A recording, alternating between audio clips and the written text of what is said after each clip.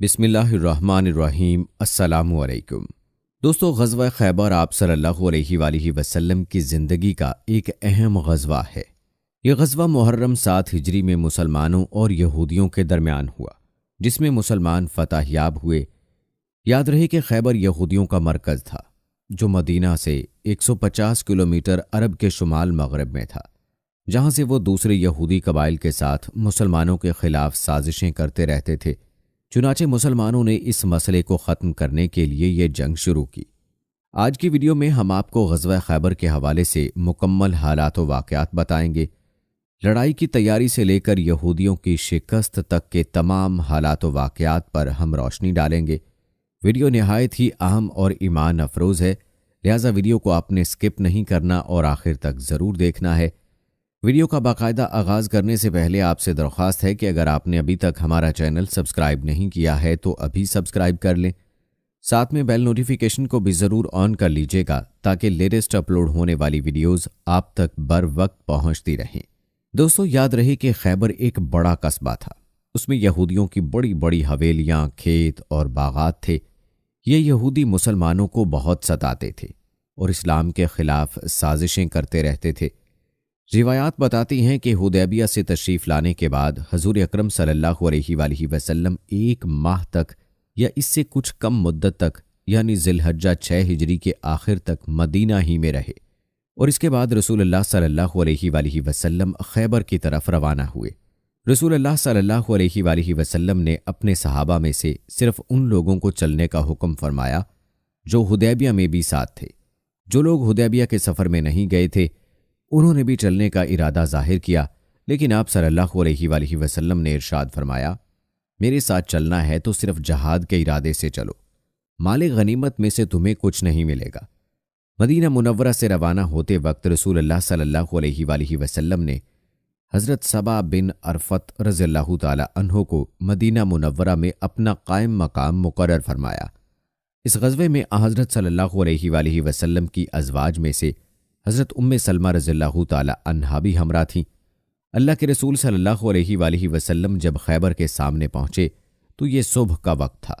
حضرت عبداللہ بن قیس رضی اللہ تعالی عنہ فرماتے ہیں کہ میں رسول اللہ صلی اللہ علیہ وآلہ وسلم کی سواری کے پیچھے پیچھے تھا، ایسے میں نے لا حول ولا قوت الا باللہ العلی العظیم پڑھا۔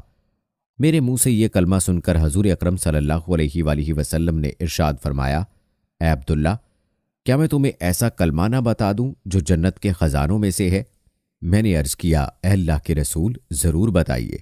آپ صلی اللہ علیہ وآلہ وسلم نے ارشاد فرمایا، وہ یہی کلمہ ہے جو تم نے پڑھا ہے، یہ جنت کے خزانوں میں سے ایک خزانہ ہے اور یہ کلمہ اللہ تعالیٰ کو بہت پسند ہے۔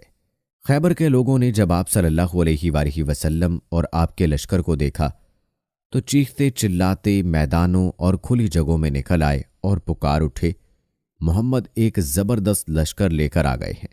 دوستو، روایات بتاتی ہیں کہ یہودیوں کی تعداد وہاں تقریباً 10,000 تھی، اور وہ یہ سوچ بھی نہیں سکتے تھے کہ مسلمان ان سے مقابلہ کرنے کے لیے نکل کھڑے ہوں گے۔ جب مسلمان جنگ کی تیاری کر رہے تھے تو اس وقت بھی حیران ہو کر کہہ رہے تھے، حیرت ہے، کمال ہے۔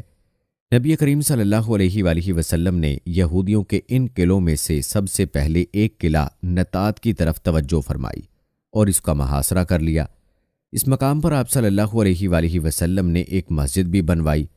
حضور اکرم صلی اللہ علیہ وآلہ وسلم جتنے دن خیبر میں رہے اسی مسجد میں نماز ادا فرماتے رہے۔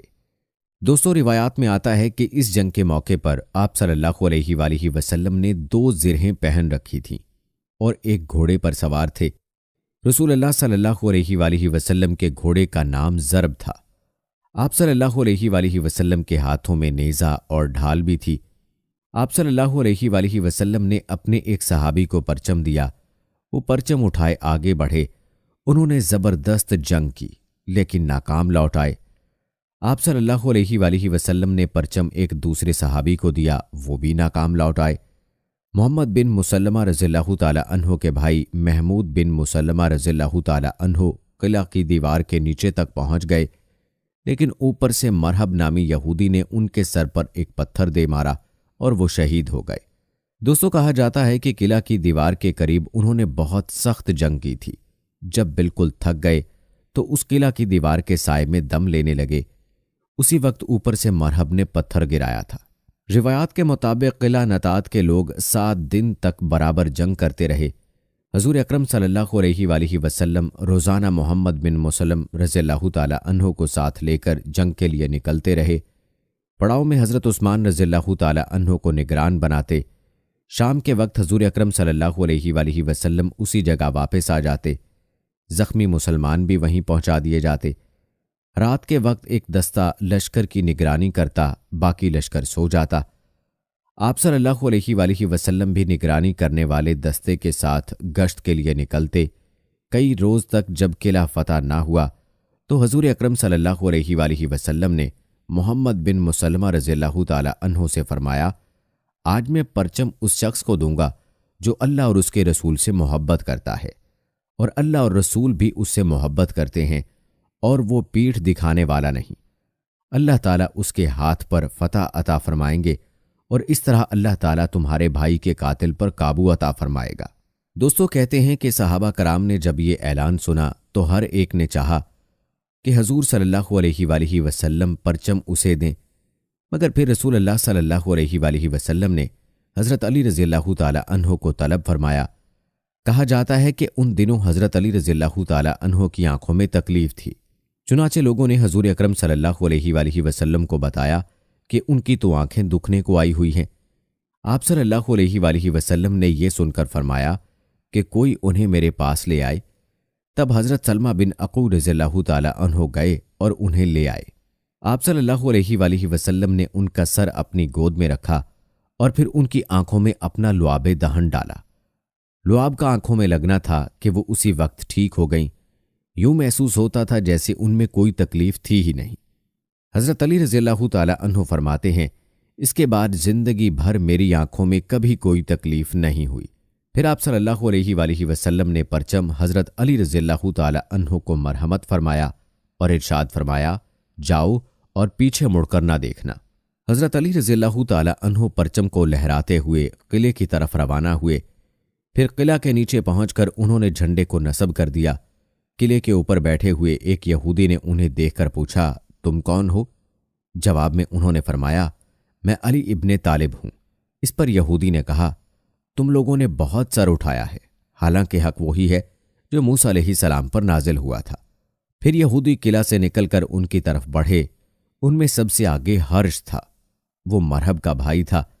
یہ شخص اپنی بہادری کے سلسلے میں بہت مشہور تھا۔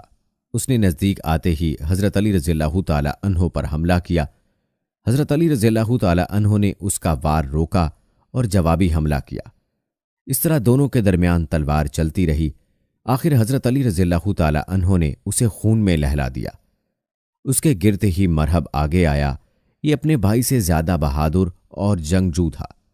آتے ہی اس نے زبردست حملہ کیا۔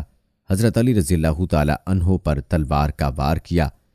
حضرت علی رضی اللہ تعالی عنہ نے اس کی تلوار کو اپنی ڈھال پر روکا۔ حملہ اس قدر سخت تھا کہ ڈھال ان کے ہاتھ سے نکل کر دور جا گری۔ کہتے ہیں مرہب اس وقت 2 زرہیں پہنے ہوئے تھا، 2 تلواریں لگا رکھی تھیں اور امامے بھی 2 پہن رکھے تھے۔ ان کے اوپر خود پہن رکھا تھا۔ دیکھنے کے لیے خود میں آنکھوں کی جگہ 2 سوراخ کر رکھے تھے۔ اس کے ہاتھ میں نیزہ تھا، اس میں 3 پھل لگے تھے۔ اب حضرت علی رضی اللہ تعالی عنہ نے اس پر وار کیا اور ان کی تلوار اسے کاٹتی چلی گئی۔ اس طرح حضرت علی رضی اللہ تعالی عنہ نے اسے قتل کر دیا۔ دوستو، کہا جاتا ہے کہ مرہب کے بعد اس کا بھائی یاسر آگے آیا۔ وہ آگے آ کر للکارا، کون ہے جو میرے مقابلے میں آئے گا؟ حضرت زبیر بن عوام رضی اللہ تعالی عنہ مسلمانوں کی طرف سے آگے آئے اور اسے ٹھکانے لگا دیا۔ دوستو، روایات میں آتا ہے کہ خیبر کی جنگ ہو رہی تھی کہ ایک شخص آپ صلی اللہ علیہ وآلہ وسلم کی خدمت میں حاضر ہوا۔ اس کا نام اسود رائی تھا اور وہ یہودی تھا۔ ایک شخص کا غلام تھا، اس کی بکریاں چراتا ہوا اس طرف آ گیا تھا۔ اس نے کہا، اے اللہ کے رسول، مجھے اسلام کے بارے میں بتائیے۔ رسول اللہ صلی اللہ علیہ وآلہ وسلم نے مختصر طور پر اسلام کی خوبیاں بیان فرمائیں اور اسے اسلام قبول کرنے کی دعوت دی۔ اس نے فوراً کلمہ پڑھ لیا۔ اس کے بعد یہ اسود رائی رضی اللہ تعالی عنہ تلوار لے کر مسلمانوں کے ساتھ قلعہ کی طرف بڑھے اور جنگ کرتے ہوئے شہید ہو گئے۔ جب ان کی لاش آپ صلی اللہ علیہ وآلہ وسلم کے سامنے لائی گئی تو آپ صلی اللہ علیہ وآلہ وسلم نے ارشاد فرمایا، اللہ تعالیٰ نے اس غلام کو بلند مرتبہ عطا فرمایا ہے۔ پیارے دوستو، اسود رضی اللہ تعالیٰ عنہ کس قدر خوش قسمت تھے، نہ کوئی نماز پڑھی، نہ روزہ رکھا، نہ حج کیا، لیکن پھر بھی جنت حاصل کرنے میں کامیاب ہو گئے۔ آخر یہ قلعہ فتح ہو گیا۔ روایات بتاتی ہیں کہ اس قلعے کے محاصرے کے دوران مسلمانوں کو کھانے کی تنگی ہو گئی، وہ بھوک سے بے حال ہونے لگے۔ لوگوں نے اس تنگی کے بارے میں آپ صلی اللہ علیہ وآلہ وسلم سے ذکر کیا۔ اس پر آپ صلی اللہ علیہ وآلہ وسلم نے دعا فرمائی، اے اللہ، ان قلعوں میں سے اکثر قلعوں کو فتح کرا کے ان میں رزق اور گھی کی بہتات ہو۔ دوستو، یہ دعا فرمانے کے بعد حضور صلی اللہ علیہ وآلہ وسلم نے حباب بن منظر رضی اللہ تعالی عنہ کو پرچم عنایت فرمایا اور لوگوں کو جنگ کے لیے جوش دلایا۔ نامی قلعے میں سے جو لوگ یہودیوں میں سے جان بچا کر نکلنے میں کامیاب ہو گئے تھے، وہ وہاں سے صاب نامی قلعہ میں پہنچ گئے۔ یہ فتات کے قلعوں میں سے ایک تھا۔ اس قلعے کا محاصرہ 2 دن تک جاری رہا۔ قلعہ میں یہودیوں کے 500 جانباز تھے۔ محاصرے کے بعد اس میں سے ایک جنگجو نکل کر میدان میں آیا اور مقابلے کے لیے للکارا۔ کہتے ہیں اس جنگجو کا نام یوشا تھا۔ اس کے مقابلے کے لیے حضرت حباب بن منظر رضی اللہ تعالی عنہ گئے اور اسے پہلے ہی وار میں قتل کرنے میں کامیاب رہے۔ اس کے بعد دوسرا یہودی نکلا، اس نے بھی مقابلے کے لیے للکارا۔ روایات کے مطابق اس کا نام دیال تھا۔ اس کے مقابلے کے لیے حضرت عمار و بن عقبہ غفاری رضی اللہ تعالی عنہ نکلے۔ انہوں نے ایک دم دیال کی کھوپڑی پر وار کیا اور بولے، لے سنبھال، میں ایک غفاری ہوں۔ دوستو، کہتے ہیں دیال پہلے ہی وار میں ڈھیر ہو گیا۔ اب یہودیوں نے زبردست حملہ کیا۔ اس کے نتیجے میں مسلمانوں کو پسپا ہونا پڑا اور وہ ادھر ادھر بکھرتے چلے گئے۔ یہودی آگے بڑھتے رہے، یہاں تک کہ وہ رسول اللہ صلی اللہ علیہ وآلہ وسلم کے پاس پہنچ گئے۔ نبی اکرم صلی اللہ علیہ وآلہ وسلم اس وقت گھوڑے سے اتر کر نیچے کھڑے تھے۔ اس حالت میں حضرت حباب بن منظر رضی اللہ تعالی عنہ پوری طرح ثابت قدم رہے اور جم کر لڑتے رہے۔ رسول اکرم صلی اللہ علیہ وآلہ وسلم نے مسلمانوں کو پکارا اور جوش دلایا تو وہ پلٹ کر یہودیوں پر حملہ آور ہوئے۔ انہوں نے یہودیوں پر ایک بھرپور حملہ کیا۔ حضرت حباب بن منظر رضی اللہ تعالی عنہ نے دشمن پر زبردست یلغار کی۔ یہودی اس حملے کی تاب نہ لا سکے اور تیزی سے پسپا ہوئے، یہاں تک کہ اپنی حویلیوں تک پہنچ گئے۔ اندر گھستے ہی انہوں نے دروازے بند کر لیے۔ اب مسلمانوں نے یلغار کی اور یہودیوں کو قتل کرنے لگے، ساتھ میں انہیں گرفتار کرنے لگے اور آخر قلعہ فتح ہو گیا۔ روایات میں آتا ہے کہ اس قلعے میں مسلمانوں کو بڑے پیمانے پر گیہوں، کھجوریں، گھی، شہد، شکر، زیتون کا تیل اور چربی ہاتھ آئی۔ یہاں سے مسلمانوں کو بہت سا جنگی سامان بھی ہاتھ لگا۔ اس میں منجنیق، زرہیں، تلواریں وغیرہ شامل تھیں۔ دوستو، یاد رہے کہ یہودیوں کے یہاں پر مختلف قلعے تھے، اس لیے وہ ایک قلعے سے پسپا ہو کر کسی دوسرے میں جا کر چھپ جاتے تھے اور دوسرے قلعے میں پناہ گزین ہو جاتے تھے، اور یوں مسلمان ان کے تعاقب میں آگے بڑھتے رہے۔ یہ یہودیوں کے ابتدائی قلعوں میں سے تھے جو فتح ہوئے، اور مسلمانوں پر جو فاقے کے حالات تھے وہ بھی ختم ہوئے، اور ان کے ہاتھ بہت سے ہتھیار بھی آ گئے۔ غزوہ خیبر کے حالات و واقعات ابھی جاری ہیں، جو آئندہ ویڈیو میں ہم آپ کے ساتھ شیئر کریں گے انشاءاللہ۔ تو یہ تھی ہماری آج کی ویڈیو۔ امید کرتے ہیں کہ آپ کو پسند آئی ہوگی۔ اس ویڈیو کے بارے میں آپ اپنی رائے کا اظہار کمنٹ باکس میں لازمی کیجیے گا۔ اس ویڈیو کو اپنے دوستوں کے ساتھ شیئر کرنے کے ساتھ ساتھ ہمارے چینل کو سبسکرائب کر کے ساتھ میں بیل نوٹیفیکیشن کو ضرور آن کر لیجیے گا، تاکہ لیٹسٹ اپلوڈ ہونے والی ویڈیوز آپ تک بر وقت پہنچتی رہیں۔ مجھے اگلی ویڈیو تک اجازت دیں۔ فی امان اللہ۔